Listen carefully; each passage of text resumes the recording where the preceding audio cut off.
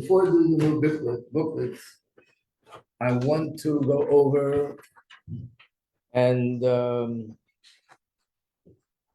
write down the terms that we had. I have the list of terms that I gave you in the beginning of the year. For those that are new, whoever doesn't have it, here's the list. You can give this out. You're welcome. We checked off a number of them as we were learning, but then we sort of stopped. So I want to catch up on this. This is just general information about Moshiach, but at least to know the language, what these words mean. So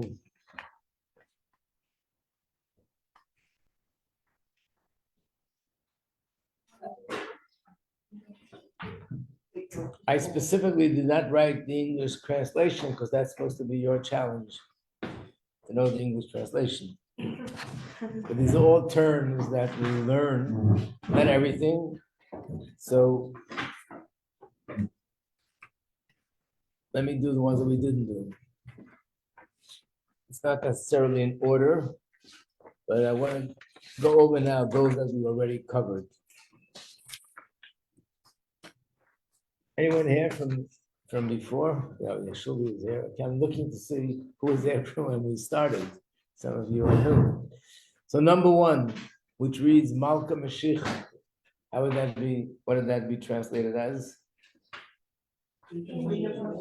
Melech is the same as in Hebrew, Melech Mashiach, the king. And Malka is Aramaic. One of the ways of identifying a word, if it's Aramaic or Hebrew, if the last letter is an Aleph, it's Aramaic. If the last letter is a Hey, it's usually Hebrew. So there is a word in Hebrew which is Malka with a Hey. That means something else. That means a queen. And Malka with an Aleph is an Aramaic, but it means a king. In number 2, we also covered Ikvisa de Mashiach. It's also Aramaic, as you see, both words end with an Aleph. Anyone know what it means? Ikvisa de Mashiach? What? Yeah. So Ikvisa is the same as the Hebrew word Eke, which means a hill. And it means the hills or the footsteps of Mashiach. In other words, when we come to the time that's close to the actual redemption, we call that Ikvasa de Mashiach, meaning we can already hear the footsteps. So this is like a person that we're expecting to come. We don't see him, but we hear his footsteps, so we know that he's very close. That's an expression used to describe that we're very close. We're coming to the end. Another way of explaining it, Ekev, the heel, is the bottom part of the body. So it's also describing we're at the end of the Gullus, getting ready for Mashiach. What is number 3? Yemois HaMashiach, that's Hebrew. The days of Mashiach. In other words, this is not referring to the person, but rather the era, the days of Mashiach, which means the days that we already see the process of redemption unfolding. Number 4, Kates. Right. Kates means the end of Galus, but specifically it's used in the context of dates that were sort of designated that this is the time when Mashiach is going to come. There were certain dates that were designated that this is the time that is conducive for Mashiach to come. And a lot of these dates came and went because even though it was conducive, it was a window of an opportunity that opened up, but we didn't really take advantage of it. But that's the word Kates. It means the end, but specifically meaning the time that's designated to be the end. Number 6. The resurrection of the dead. Tchias HaMesim. Number 8. 5. I have it checked off that we went through it already, but 5 is Kibbutz Golius. And you know what that is? The ingathering of all the people that are dispersed in Golius. One of the things of Mashiach that will bring all the Jews from around the world back to Eretz Yisrael. So that's kibbutz, the ingathering, golius of the people dispersed in the diaspora. The reason why I'm skipping some because we already covered it and I checked it off on my paper. Number 8, Ben David.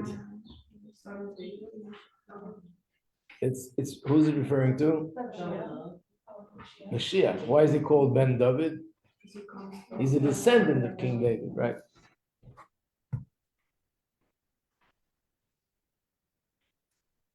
Number 12. This is again Aramaic. Anani Shmaya.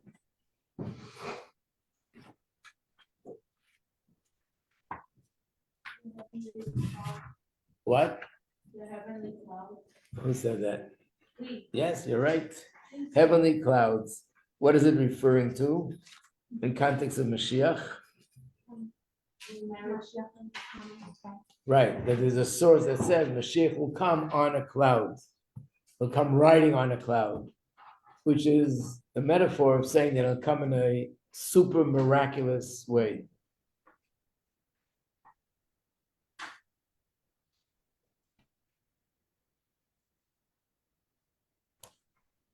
Okay, so that was number 12, right? Number 13 we didn't come to yet. Number 14 we did already. Ad Mosai. Right. So that's a prayer that we're asking Hashem, we're supposed to be asking Hashem to bring the redemption. And Ad Mosai means until when, Hashem, how much longer will you keep us in Galus? That's the prayer of asking Hashem or demanding of Hashem, begging Hashem to bring Mashiach. Okay, so that would be number 14. Number 15 we did not do. Number 18, 19, 20, 21, 22 we covered. What's 22?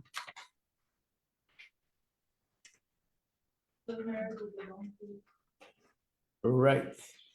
So it means literally, ani means a poor person. Reichev ala chamer, riding on a donkey.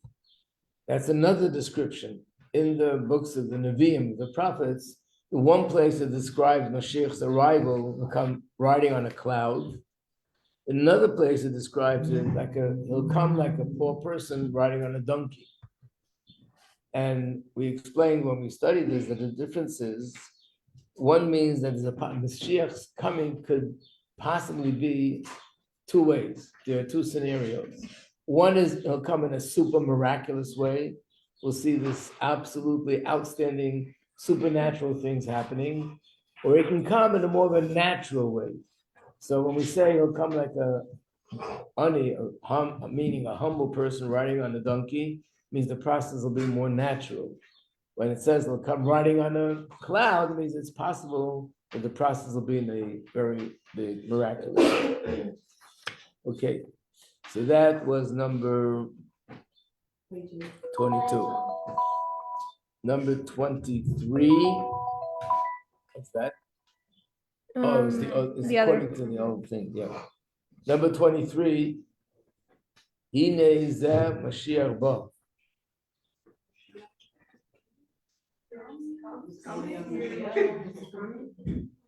Both. Okay, so number 23. These are words that the Rebbe repeated many, many times, but the words come from the Medrash, where it says, actually the words there's a pasuk, there's a verse in Shir Hashem, it says, Hine zeh ba, here he's coming. And the Medrash says, who's coming? What is it referring to? It's referring to the announcement we're going to hear that Mashiach is coming. His coming is imminent. And the Rebbe kept repeating this very often about the times we're living in now, that we can say about these times, Hine zeh Mashiach ba. Number 24.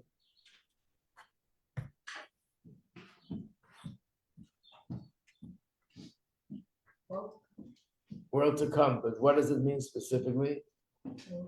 What? More specifically? Actually, this is one of the things we studied this, and it's a little bit confusing. But we said that when it says Olam Haba, we have to see in what context it's used. Sometimes it's used to describe the world where the soul goes to after it passes away. That's called Olam Haba. The world, literally, the word means the world to come. Come when, where? After the person lives his life in this physical world, he goes to another world, the spiritual world, Gan Eden, and that's the world to come. The other interpretation is that's referring to the time when Moshiach will come. That's the world to come. That's the future world. But even more specifically, in fact, it's related to Pirkei Avos, because this week we start saying Pirkei Avos every Shabbos. It's in the Siddur. And it starts off, every single Jew has a portion in the world to come. And in that context, it's referring to specifically the Tchias HaMesim. Not just when Mashiach comes, but in Mashiach's times, there's going to be things happening progressively, more and more miracles, more and more changes. And one of the biggest changes will be when the dead will come back to life. That time period is called Olam Haba. And if you remember, we had a whole discussion of the Rambam's opinion, Ramban's opinion, but I'm not going to go into it now. We already did that. But just to know, Olam Haba means the world to come, but it has three interpretations. It could mean Gan Eden, where the soul goes after its passing. It could mean a general term about when Mashiach comes, and specifically the resurrection of the dead. Actually, there's a fourth interpretation. What's the fourth? The fourth was that according to Rambam, Maimonides, after the resurrection of the dead, there'll be another stage, which according to his opinion, that's the ultimate reward, and that'll be when the soul will be without a body, which will receive its ultimate reward. But if you remember, we said that all the opinions in Kabbalah, and also head by the Ramban, hold differently, that the stage of resurrection of the dead will be eternal. Number 25. The third Beis Hamikdash, what's one of the main components of Mashiach's times. Number 26, we did not do. Number 27, I don't think we did that. Number 28. Number 30.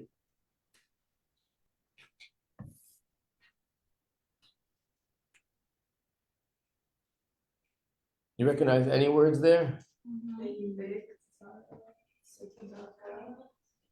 Okay. Tzedakah, you recognize. Geula, you recognize. Try to figure out the rest. Bring clothes, like bring clothes. What does he? Doesn't say. Oh, it brings closer. That's the third word. Good. What? Gedola tzedakah. Tzedakah is great because it brings and hastens the geula. This was a class which we gave about that there are certain mitzvahs specifically that these mitzvahs have in them the property to hasten redemption. One of those specific mitzvahs is tzedakah. In addition to being a mitzvah in its own right, in addition to being a mitzvah that brings about so much good in the world, giving charity, there's another advantage is that this mitzvah hastens geula in a way more than any other mitzvah. Okay, now we can turn the page. We'll go to number what? 31. We did that.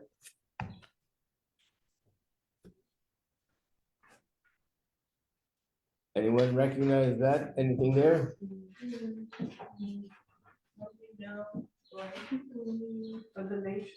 Right. Right. Lo yisa goy al goy. One nation will never lift against another nation a sword. This is one of the subjects of Mashiach. When Mashiach comes, there will be total peace in the world. There will be no more wars, no more fighting. Not only no fighting between Jews and non-Jews, but no fighting between any non-Jewish nation and another non-Jewish nation. There will be no wars, and in fact, all the swords will be destroyed or turned into plowshares. But these words mean there will be no nation that will lift a sword against another nation. So just to be specific, Lo Yisa means won't lift, Goy el goy, one nation to another nation. Chera is a sword. Number 32. Ben Yishai. Right. David HaMelech was the son of Yishai. So sometimes it refers to David HaMelech himself, and sometimes it also could refer to Mashiach, who was a descendant of Yishai, because he was the father of King David. Number 34. We studied part of the Gemara about this subject.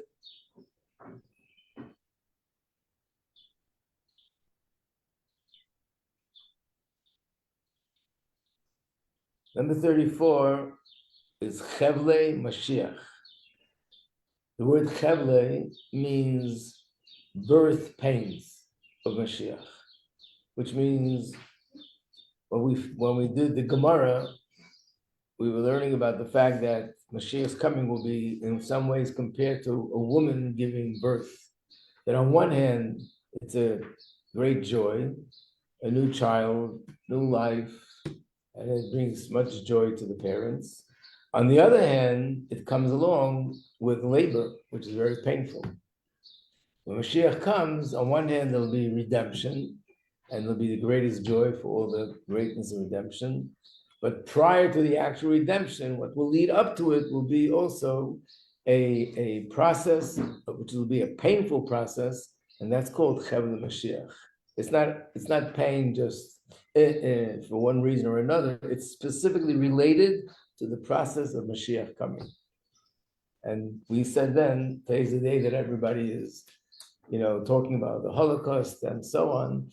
That's actually the way all the great Torah leaders describe the Holocaust. Everyone said there's no doubt in their mind that what was predicted in the books of the prophets, that before Mashiach comes, there's going to be a tremendous,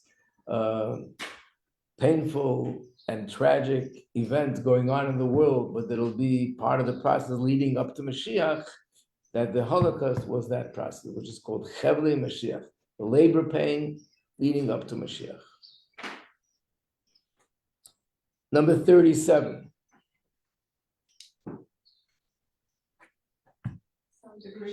Right. So one of the things that will happen when Mashiach will come, it says that Hashem will blow a great shofar. And what will be the purpose of that shofar? What?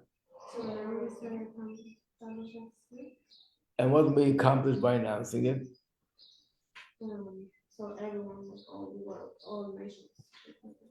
Yeah, well, we say this in davening, by the way, in the Shemona Esrei. One of the blessings are, we're asking Hashem, blow the great shofar, and then gather together all the Jews from all four corners of the world. In other words, the Gashmis, especially the way things were years ago, but the same as now, but years ago, when they wanted to give a message to all the people in town, they couldn't do it through the radio because there was no radio. They couldn't do it through the internet because there was no internet. How did they get a message to everybody? They used to blow a trumpet. Everybody knew when this trumpet is blown and it had a certain pattern, that means come to the square and the king is sending a message to all the people. We even find this in the Chumash. So Moshe Rabbeinu wanted all the Jews gathered together and he wanted to give them a message from Hashem. What did he do? They blew certain trumpets. They blew a shofar. So Hashem, when the time will come that he wants us all to come together and go to Israel, when the Mashiach, Hashem will blow a shofar, and even Jews who are distant geographically and distant spiritually will all be inspired and come to Mashiach and go to Eretz Yisrael. So basically, it's not a physical shofar. What? Not physical shofar. Right. So here too, there are explanations. That doesn't mean necessarily. I mean, everything can be. Hashem can perform a miracle and sound a shofar. Like today, of course, Hashem can make a shofar that everyone will hear. It'll be covered by the internet. So someone could be blowing a shofar in this room and the whole world can hear it, technically. But most Mefarshim explain that it means there'll be some sort of global shake-up event that's going to wake up everybody and bring them close to the Mashiach, which we are part of that process right now. Okay. Number 38. We had a whole class on that. It's also from the Shemona Esrei. Vashiva shoftayich karishona. I will return your judges as in the early days. Again, this is one of the prophecies. When Mashiach comes, we'll once again have judges. Well, what does that mean? We have judges now also. We have rabbis who are part of a Beis Din, a Jewish court of rabbis that make judgments. Who's obligated to pay, who's not obligated to pay. They give us judgments on the halacha. But this is specifically referring to the Sanhedrin.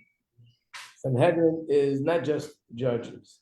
These were 71 great sages, the greatest of the country, and they were situated in the Beis HaMikdash. And in the Beis HaMikdash, they would sit there and discuss all questions of halacha. And whatever they ruled, that became the halacha for the whole Jewish nation. So we don't have that anymore once the temple was destroyed. But when Mashiach comes, we'll have these judges back again.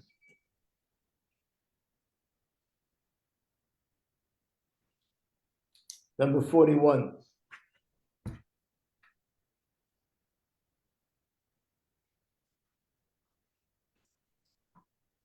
Number 41 is a pasuk which reads, Ki meitzeischa me'eretz Mitzrayim. Ki mei meaning like the days that you went out of Egypt. I read in the phrase, I will show you wonders, which means just like Hashem showed us wonders when we went out of Egypt, He will show us wonders when Mashiach comes. But the key word here is also the first word. Ki mei means just like. That when Mashiach comes, we're going to see miracles, we're going to see wonders. But in many ways, there's going to be a similarity between the things that are going to happen when Mashiach comes and the things that happen when we went out of Egypt. In many ways, there's going to be something which is very similar. And again, we went through some of them, and we'll go through more of those things, which one they are. Let's see what else. Number 45 is a very important one. That was one of the first things we learned in our class. 45, anyone know what that is? I think you might know the concept, but not necessarily the meaning of the word. Right. Right. A midget standing on a giant soldier. Anyone remember what the concept behind that is? It's a metaphor for what? What? Who's the midget and who are the giants? We are the midgets and the previous generation. Right. When people ask a question, how could you even think that we are going to bring Moshiach if the great sages who are giants compared to us, they couldn't bring Moshiach, how are we going to bring Moshiach? And the answer is, we're not going to bring Moshiach because we're greater than them. We're going to bring Moshiach because we're coming after them, and together with them, we're just going to do the last step. And that's the mashal of a midget standing on the shoulder of a giant. That if you take a little midget who's 3 feet tall and you put him on the top of a giant soldier, he can see further than the giant himself. How can a midget see further than a giant?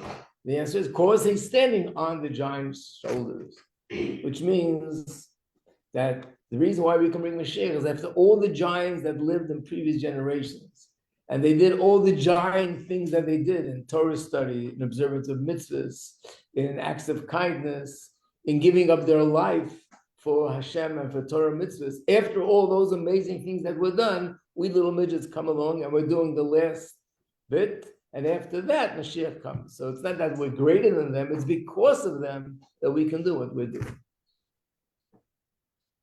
Remember the mashal of a computer?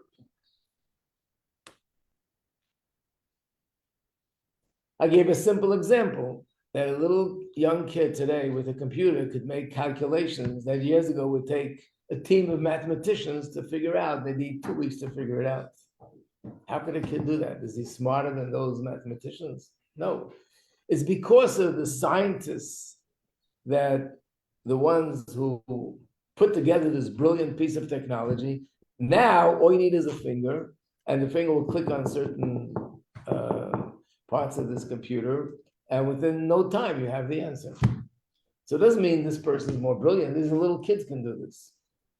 As you know, whenever you have a problem with the computer, people like me, who do you turn to? The youngest child in the room. For those that are a little bit older already and not up to date with the new technology. So basically, little children could do things that years ago scientists couldn't figure out, and mathematicians couldn't figure out. Today, you just press and you got information today. You go on Google, you have anything you want about any subject in the world, even Torah subjects. It's incredible now with the artificial intelligence. I mean, you can do things that years ago you would have to spend hours to figure it out. I spoke to a guy who was a journalist. They said he had to write an article in a very complicated situation. So I just said, I put it into AI and I said, give me something that to this about this subject to bring out this and this point. He said the most beautiful article came out within 3 minutes, 2 minutes. He said, I would have had to spend hours on figuring that out. And another guy told me that he was studying something in halacha that talks about a certain subject in halacha, and it says, in this situation, halacha is one way. In that situation, like different criteria, different conditions, it was like confusing. How do you remember all these things? So he put it all into the computer, fed it into Hebrew, and he wrote down, make a table for me of all these details. What belongs where, what and when. Again, just like that. And he couldn't believe it. He looked at it again and again and again. It was accurate. So it doesn't mean that this kid is smarter than rabbis who would take him hours to put this kind of thing together.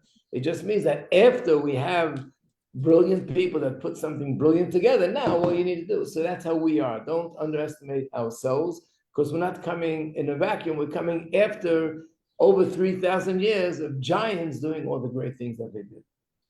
Okay. Number 46. This is one of the last things we learned recently.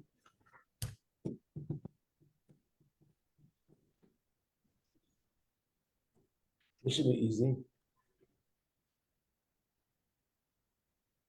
Don't be afraid to say what you think it is.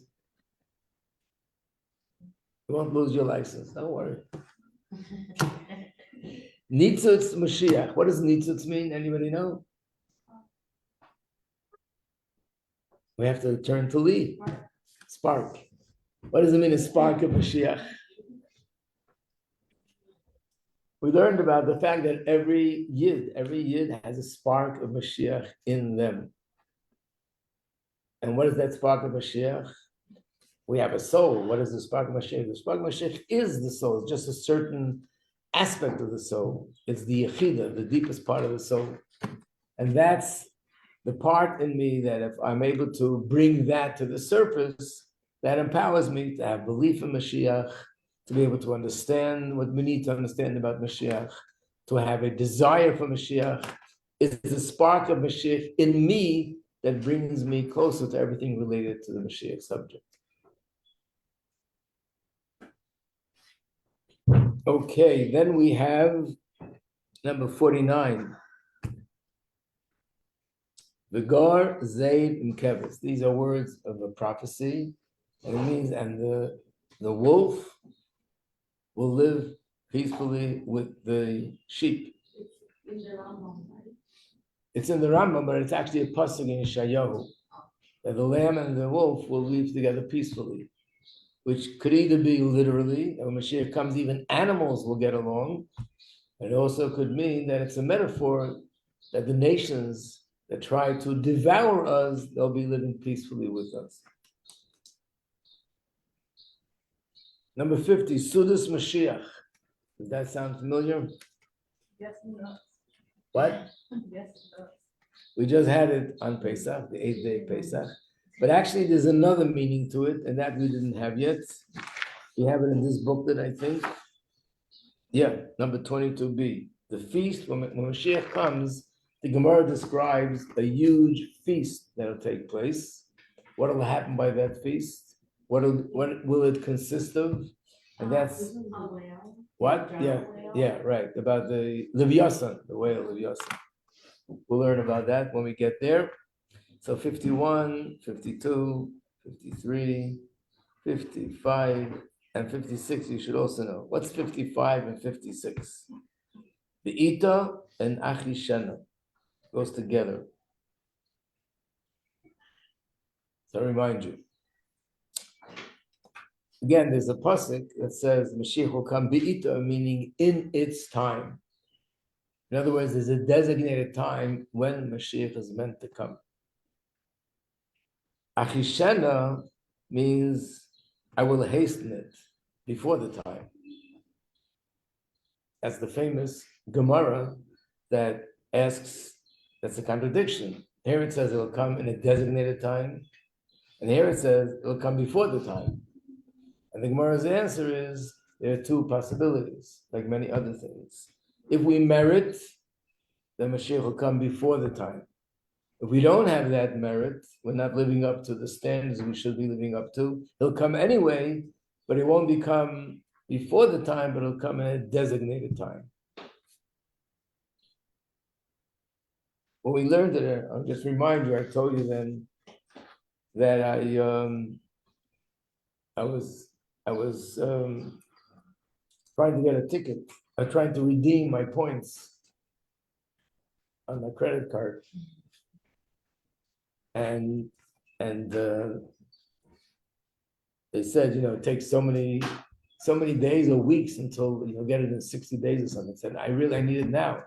Oh, you want early redemption? Okay, early redemption, it will have to cost a little bit extra. Early redemption, that's exactly what we're waiting for, right? So Achishena is early redemption, and Bita is redemption in a designated time. Okay, we'll take a little break, and we'll start doing something inside.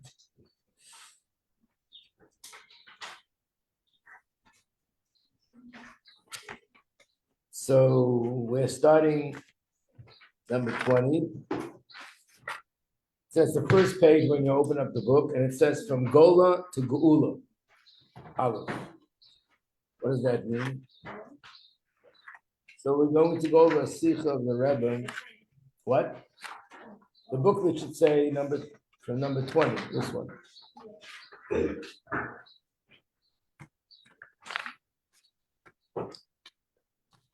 I think because of the fact that we don't have that much time, I'm going to give you the concept first orally, then we'll do a little bit inside.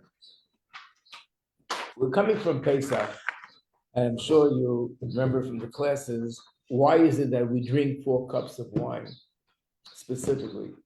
We know the rabbis, the sages, put it down that we should celebrate Pesach, and we celebrate all the holidays. We celebrate Shabbos, we celebrate a wedding, we celebrate a lot of things by drinking a cup of wine. But why 4 cups? Only Pesach has that. And the answer is because in the Chumash, when it talks about redemption, it uses 4 different terms for redemption. There's a pasuk where it says, I have saved you, I took you out, I redeemed you, and I have taken you. So because it uses and describes redemption in 4 different words, we celebrate it and commemorate it by drinking 4 cups of wine. Each cup corresponds to one of these words. And why does the Torah use 4 different words for the same thing? And the answer is, obviously, it's not just different words, but it means and represents the idea that in redemption itself, there are 4 stages, you can say. And each word represents a different one of those 4 stages. The Rebbe raises a question and says, out of all the 4 words, the word that was chosen to be used constantly and in common language is Geula. You don't hear people saying, I can't wait for Mashiach to come, so we have V'lakachti, or V'hitzeisi. Everyone uses the word Geula. So apparently, out of the 4, the word Geula must be the most sort of primary word, the word that has more inclusive. That's why that's the word we use more. And the Rebbe asked a question about the word Geula. To make it more clear,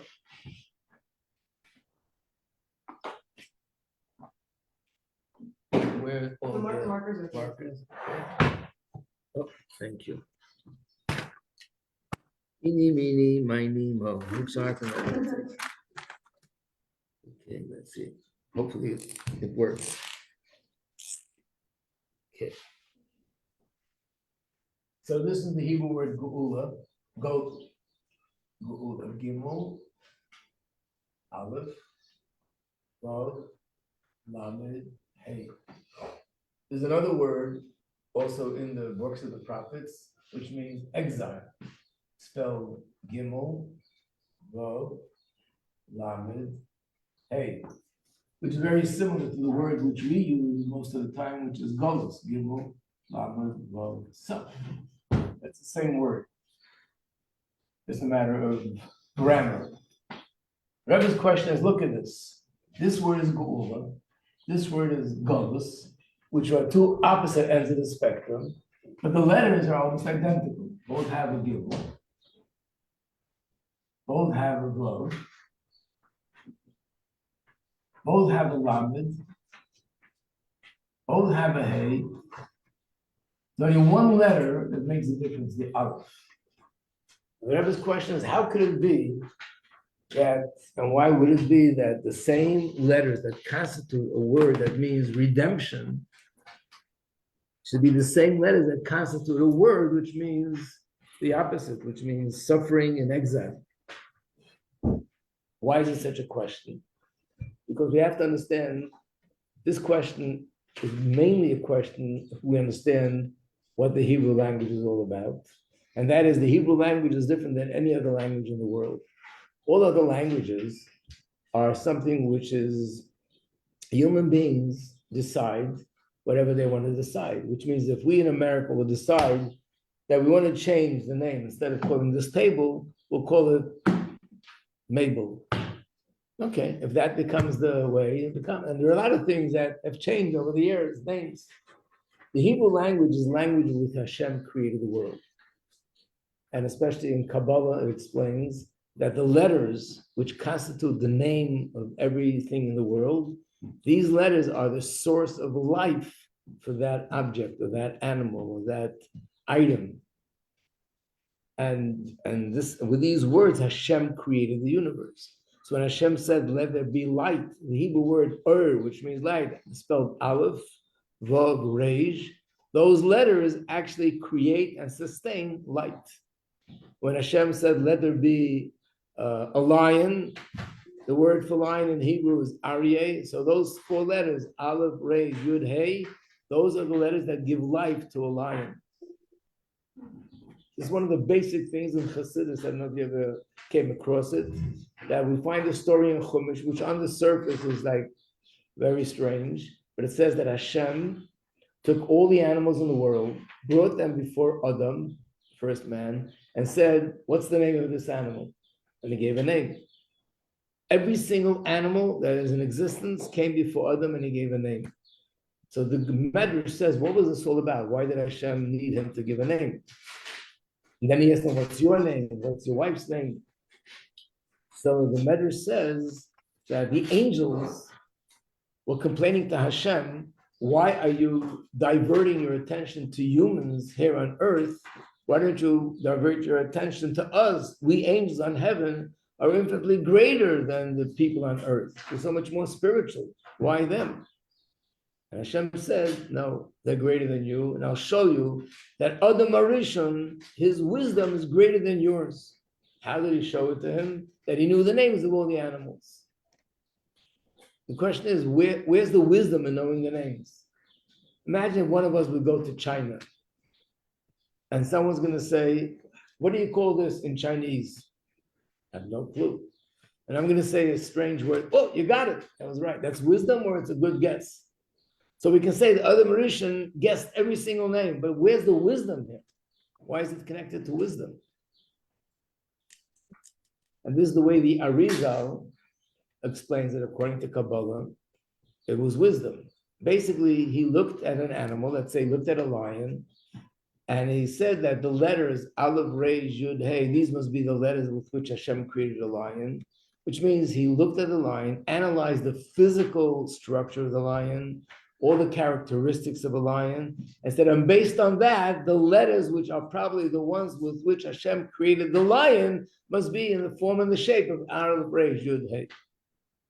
In other words, the letters, the form and the shape of the letters in writing, and the way the letters are pronounced, there are actually is a parallel between that and the actual creation.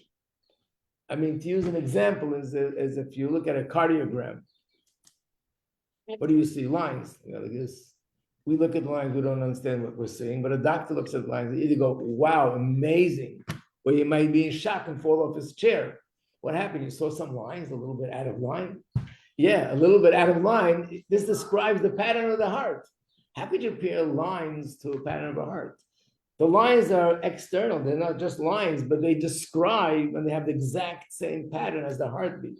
Or you can have lines that are describing the stock market, or lines describing other things. It means that the lines which a word is made up of, they describe the nature and the characteristics and everything else about that animal.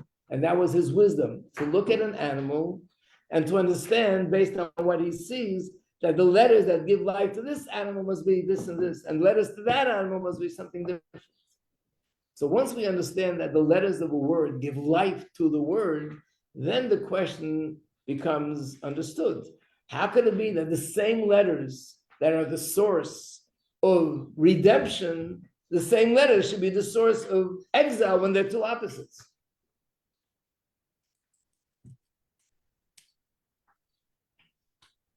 So in other words, if the letters of a word have a parallel between what comes, it's like saying this word means darkness and this word means light. If it's darkness and light, the word should also be different. How can they be the same if the words are related to the nature of the thing that's being created? That's the question. So what's the answer? Stay tuned tomorrow. Amir Hashem at 11:15. Okay, or 11, whatever time. Okay, that's all.